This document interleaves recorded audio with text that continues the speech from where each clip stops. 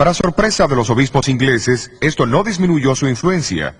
Como rector aquí en Lutterworth, en Leicestershire, siguió invitando al obispo, al clero y a la nobleza para reformar la iglesia.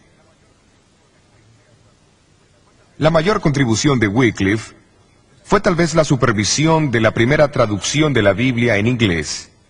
Esto echó el fundamento de la reforma que siguió y encendió una luz en Inglaterra que jamás se apagaría.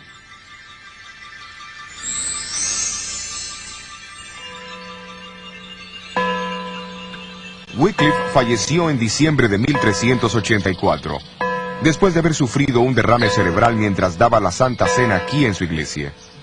Sus huesos fueron exhumados e incinerados unos 40 años más tarde por orden del Concilio de Constanza.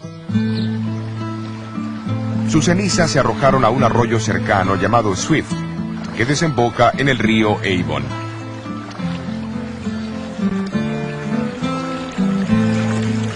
El río Avon al ser, se dueña hacia el mar, como la obra de Wycliffe, las aguas se extenderán.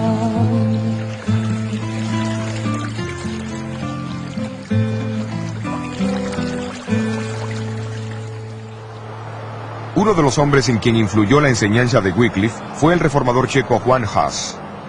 Como Wycliffe, Hus sostenía que el pueblo de Dios no está sujeto a las decisiones de los concilios, pues estos contendían en contra de las leyes de Cristo. Para Hus, la Biblia era la autoridad suprema. En 1412 fue colocado bajo la interdicción real. Hus declaró que le ocurría eso por predicar a Cristo y su evangelio, y denunciar al anticristo. Cuando Hus fue llamado a responder por los cargos de la herejía, el emperador Sigismundo le prometió un salvoconducto hasta Constanza, pero al llegar ahí, fue arrojado al calabozo.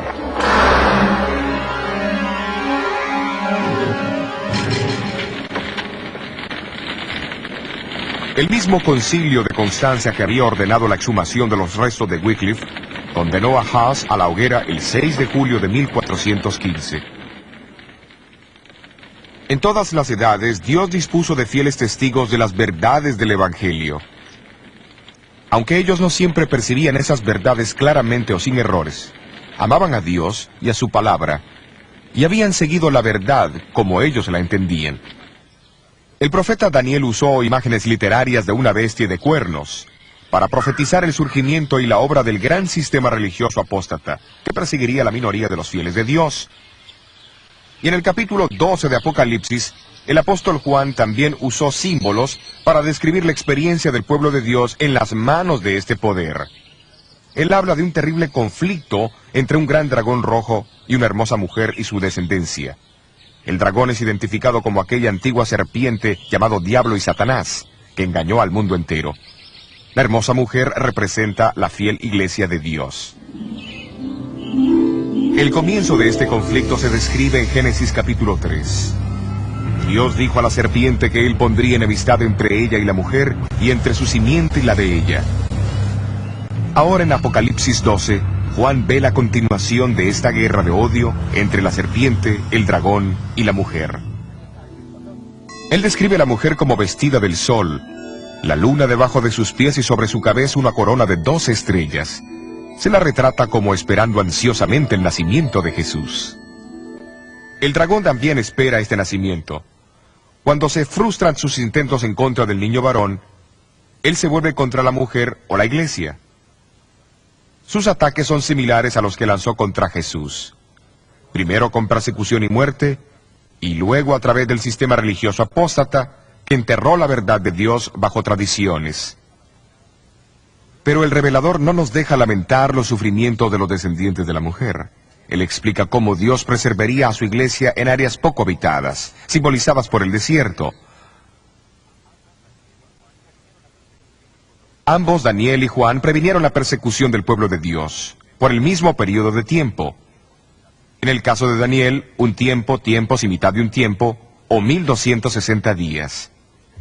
Asimismo, en Apocalipsis 12 y versículo 6 leemos: La mujer huyó al desierto donde tiene lugar aparejado por Dios, para que allí la mantengan por 1260 días. ¿Pero será que los escritores se referían a días literales? Por más de 2000 años, los estudiosos de la Biblia han identificado el principio de día por año. Mucho antes del nacimiento de Cristo, los judíos que tradujeron el Viejo Testamento al griego fueron los primeros en atribuir este principio al libro de Daniel. Desde el siglo XII, escritores cristianos también han identificado los 1260 días como 1260 años. Durante ese tiempo, la iglesia huiría del dragón, pero Dios prepararía un lugar seguro para su pueblo.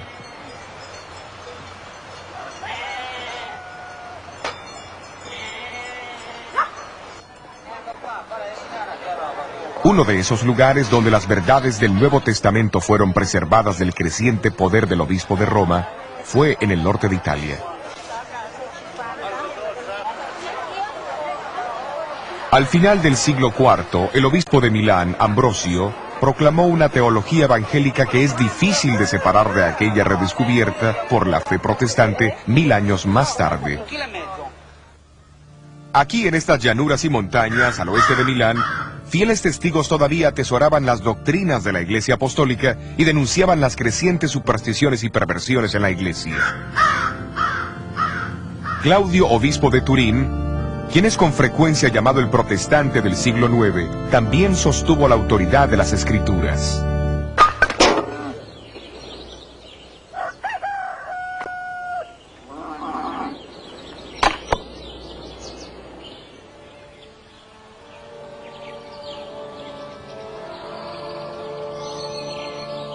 Estos cercanos valles y montañas llegaron a ser lugar de refugio para tal vez los más antiguos de los testigos que representaban la iglesia en el desierto, los valdenses.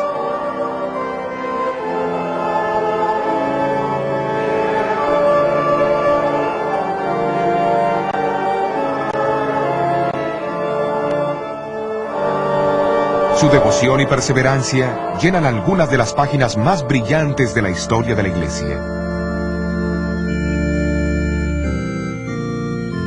Muchos han mantenido que el nombre valdenses es derivado de Pedro Gualdo, que fundó el grupo Poor Men of Lyons a fines del siglo XII. Pero la historia demuestra que grupos evangélicos en el norte de Italia sostuvieron las enseñanzas de la Iglesia Apostólica mucho antes de la llegada de Gualdo. Fuera de la sede central de la iglesia valdense en Torre Pellice, se encuentra esta estatua de Henry Arnault, el famoso líder de los valdenses del siglo XVII, o los Vaudois, como se los llamaban.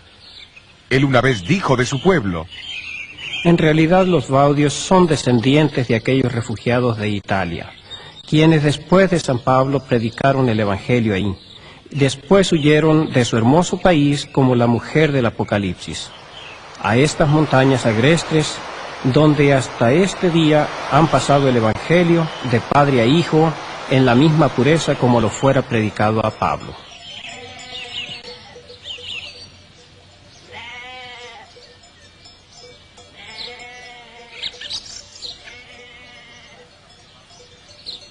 Los historiadores han afirmado que en la ingeniería más avanzada podría haber adaptado estos valles de una mejor manera para el propósito de ofrecer refugio para los fugitivos.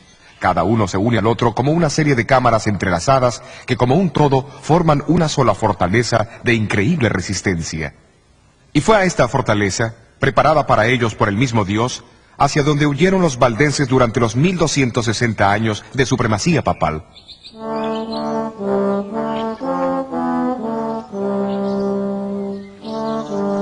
En el corazón de estas montañas está situada la región más importante de todos sus valles, el Pra del Torno.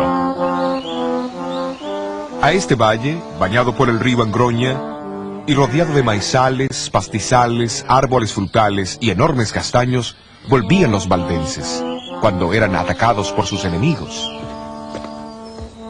Fue aquí también donde fueron entrenados sus misioneros, en el colegio de Barbes. La Biblia era su único libro de texto. En los siglos anteriores a la invención de la imprenta, memorizaban evangelios enteros y muchas de las epístolas.